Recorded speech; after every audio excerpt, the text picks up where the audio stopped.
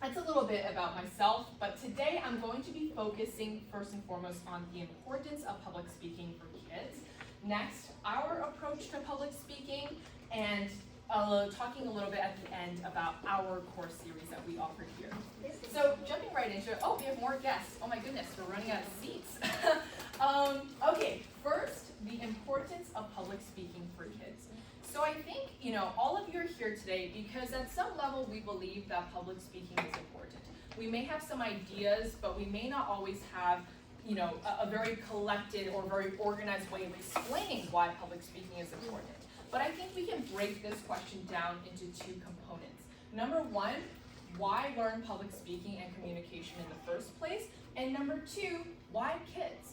So to answer the first part, I think, it's a pretty straightforward answer. Number one, humans are very social creatures, right? I think we can all agree on that. We rely on our relationships, right? Our friendships, our families to support us and to make sure that we are happy, right? I'm sure a lot of you can relate to that.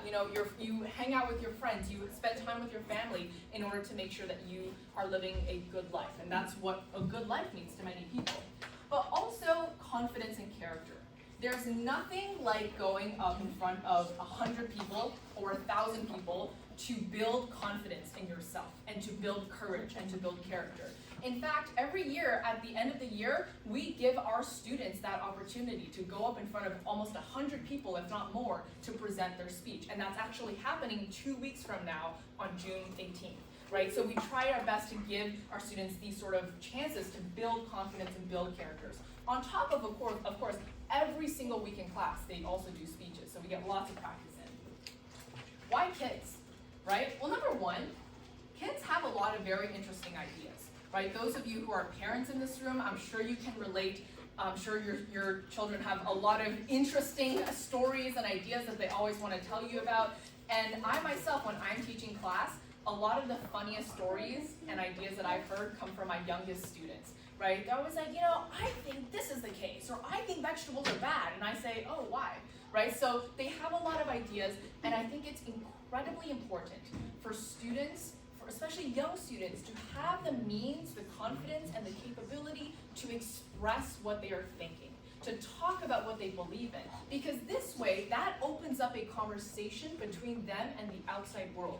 Other people, adults, teachers, friends, right? And this way they get to share ideas and open up their worldview, right? I'm sure all of you know that the more you travel and the more you see, you become a more educated person, right? You see more of the world, you gain access to more ideas, right? And so children being able to share those ideas is a really important first step. Number two, expressing needs, right? And I don't just mean like, Mom, I want pizza. Mom, I want McDonald's. I'm sure you hear those needs all the time, but I also mean other types of needs. So for example, Mom, I think I need help on this assignment. Or Mom, I'm not feeling great. I think I need to talk, right? So these, not only physical, but also psychological or mental needs are incredibly important and play a role in having a healthy mindset when we grow up, right? Mental health is a huge topic of discussion these days, and being able to express both your physical and your mental needs is critical to a healthy upbringing, I think. And number three, practice. Public speaking takes time. It takes oftentimes not just one semester, it can take two, it can take many semesters in order for results to really be seen. And kids are young, so the younger you are when you start, the more time you have. Sorry. I choked on air a little bit. The more time you have to be able to develop these skills. We have a lot of students here, ones that are graduating this year in high school level 2, they're in grade 10, grade 11, some of them, and a lot of them have been around since we opened in 2018. And I'm so proud of how far they've come, but that's also a testament to how long they've been learning and dedicating themselves. Now, before I move on, I wanted to draw an analogy of public speaking to swimming. Right? Obviously swimming, like public speaking, and many other things take a lot of practice, but that's not quite the reason why. The reason is, a lot of people like water. I love water. If we go to a beach for a picnic, I will be in the water right away, right? I'm always the person who wants to stay in the water all the time. But I'm not a very good swimmer. I'm kind of bad at swimming, to be honest. And so I think that's very similar to public speaking, because just because I like water doesn't mean that I'm good at swimming, right?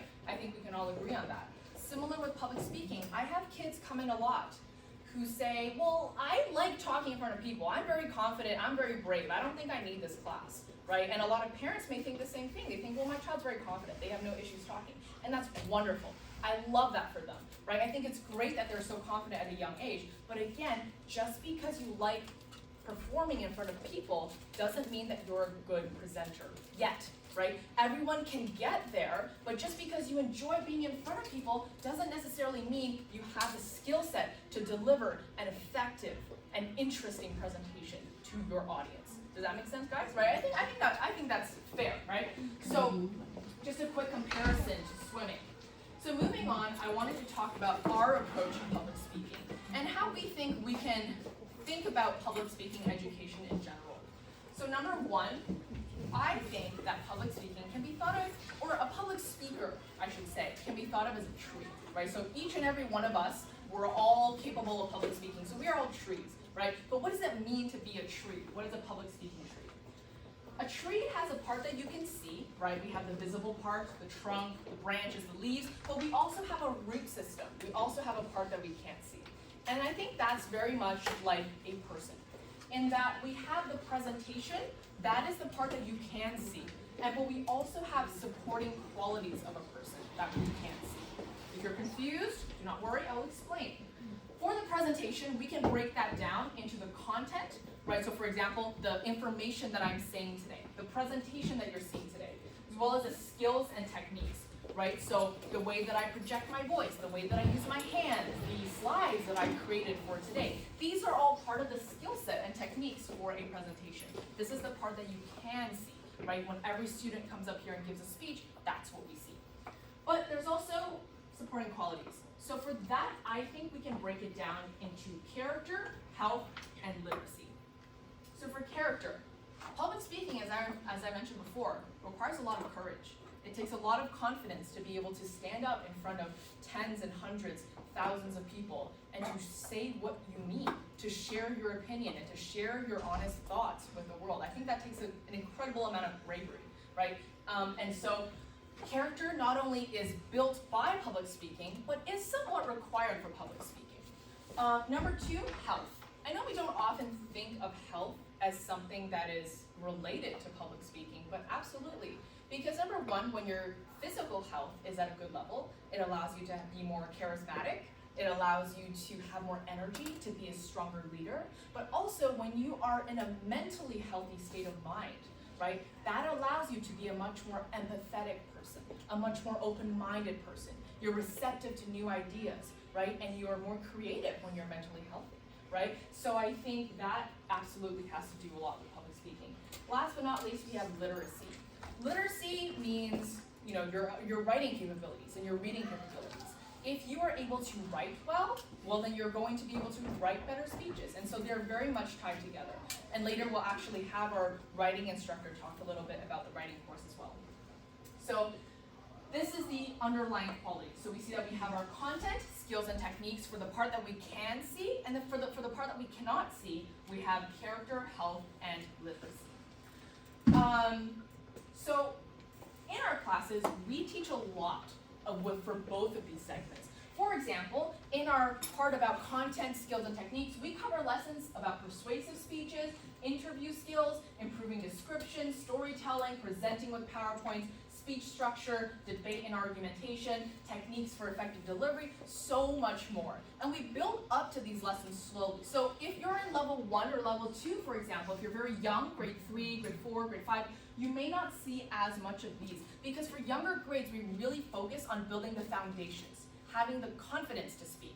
Is your voice loud enough? Can you project, right? And we build these foundations so that when you get older, you're ready to take on topics like debate, right? And for example, in summer camp, which is coming up just in July, we're not going to have as many lessons because it's such a short period of time, right? We're gonna focus so much on practice, doing speeches every single day, lots of debate for the older kids, right? And so that way you get a lot of the benefits without necessarily sitting down and taking notes for lessons. Now, for the supporting qualities, we also have a lot of discussions. This is something that you may not see for a lot of people who teach public speaking. And everybody has their different approach, and I respect all different approaches, but for us, we think it's really important to talk about these things. We talk about confidence. What is confidence? What does it mean to be confident, right? And how can I become confident, right? We talk about having internal and external sources of confidence. Dealing with negative emotions, right? In life, you deal with anger, you deal with fear, you deal with a lot of emotions, especially when you're going up in front of an audience. A lot of our students deal with fear. Most students come to our first class in fear that they will be forced to come up in front of everybody and say something, right? So how do we deal with those emotions when we have them? Because there's no use to deny them or say, oh, like just stuff it down inside and don't think about it. That doesn't work. We need to accept that we have certain emotions and learn how to properly deal with them, right? Expressing needs and desires, I touched on this earlier, right? This is more for younger kids. What does it mean to express your desire, and how do you do it effectively for your parents? People skills, right? And so much more. We also talk about how to deal with success and failure. We want our students to have resilient mindsets. We don't want them to face failure and then suddenly think about giving up. We want them to be willing to try again. So that starts with thinking about success and failure in a very healthy way. So these are all things that we cover in our courses. So some of the, very briefly, some of the things that we reference in creating our courses include Mr. Huang's over 20 years of public speaking experience and a lot of my own experience in the classroom as well. Every year, my students give me feedback and I observe how they respond to certain lessons and activities, and I make adjustments all the time. So these are just some of the things that we've consulted in creating the lessons that our students are going through. So talking a little bit about our course series, we have a series that spans pretty much from grade 1 all the way up to grade 12. And so we have many different levels. We have our drama class, which is actually a new class that was added this year. The teacher for the drama class is actually teaching level 2 in the other classroom right now, so she's here. The drama class is mostly for students in grade 1 and 2 and some in senior kindergarten as well, so they can start very young. And then level 1 is for grades 3 to 4, level 2 is grades 4 to 5, so on and so forth. And then when we get to high school level 1 and 2, high school level 1 and 2 don't necessarily have grades that correspond with them. It's about the level of the student when they start. And I just wanted to add that, just to remind, we also have a summer camp. These levels are not quite the same as the levels that we offer in summer camp, so Vivian will be talking more about that later. And we've received so much positive feedback from our students over the years, and I just wanted to share some of them with you. I know this may seem like a lot, I'm going to share a few more, but it's really just a snapshot. And what we've heard from a lot of students is that they found the classes incredibly helpful. They found that they can apply the skills that they learned here in school, in life, and everything else that they're doing. And they found that the instructors are very helpful, right? So these were two students who were here with us for several years, right? And they learned so much from this course, and I hear from them sometimes, and it's really nice to see them progressing throughout the years that they were here, right? This is a boy who was in grade 7 at the time, and recently I had the opportunity to see him because I think he was dropping off his younger sibling to one of the classes, and he came and said, "Tristan, do you remember me?" I said, "Yes, of course, you're Jerry," right? And it was so interesting. Now he's in grade 11, he's all grown up, and he said, "Thank you. I just want to say your course has helped me so much because I just recently did a public speaking competition and I did really well." And I thought that was very heartwarming for me. So Jerry, right, he feels that it was very useful, but it also improved his writing skills because, as I mentioned, public speaking and writing are very tied together. This is Sophia. She is she was in grade 7 at the time. She's graduating high school this year, and she was very shy before, especially when she first came to class. She didn't talk much. But today, if I were to meet her and you would have told me that she used to be shy, I wouldn't have believed you because she's such a different person. She's so outgoing. She was valedictorian at her high school, right? She's very popular. She's in a lot of different extracurriculars. She's in student council. She does so many things, right? She's become a very different person. And we also have some feedback from younger grades. I have more, but I didn't have time to show you all. And this is a student named Joel. I think he's probably in grade 7 or 6 now. And he feels that through taking public speaking, he's able to give longer speeches, speeches that are richer, have more content, because that's something that he struggled with. He struggled to cover the topic in enough depth. He would give a very kind of surface level exploration, but our teachers try to find out what each student needs and cater our feedback to them specifically. So through that, he was able to write longer speeches. So we also get a lot of feedback from the parents. Unfortunately, my Chinese reading is not great, so I can't read that for you, but you can take a look, you can take a picture and read it afterwards if you would like. But we've gotten feedback from Jeffrey, Ray's mom. So many different parents have sent Vivian so much feedback on WeChat. It's been incredibly encouraging for us, as well as just helpful to know what we're doing wrong, what we're doing right, what we can continue to support our students on. So this has been really incredible for us. And every year, at the end of the year, we try to get some feedback from our students. When we were on Zoom, because we were on Zoom during the pandemic, I actually sent students an online survey to complete at the end of the year. And it was anonymous, the students' names were not on it. I wanted them to be as honest as they could. And what we found was, again, incredibly encouraging. Most students really enjoyed coming to class, right? They liked being here, sometimes compared to some other extracurriculars. Some students told me, this is way better than my math class. Well, I'm glad. And students also said that the teachers have been very helpful. They would recommend the class to a friend, and that they found the lessons very useful, and that overall they feel that they've learned a lot from our classes. And that's great because it tells me that I'm doing something right, because I'm the person who makes all of the slides, who makes all of the lessons, right? And I always take that to heart, and I really think about how can I make this more effective for students next year, right? One year, some of the students said, I wish there was some more discussion questions during the lessons. So the next year, I tried to add as many discussion opportunities in the lessons as I could, right? I want the students to be able to enjoy things. And here's a little snapshot of what went on Zoom during the years when we were online. We were still able to have really fun classes. Students were very engaged, but they're all very happy to be back in person. So in person, we have so many different activities. We have activities, this one I think, this was years ago, but they were doing some sort of mystery investigation that related to public speaking. And so we have group work opportunities, we have a lot of time for individual presentation. As I mentioned, in summer camp, there will be a lot of this stuff, so much practice every single day, right? We also have opportunities for them to discuss and create something as a group, show and tell opportunities.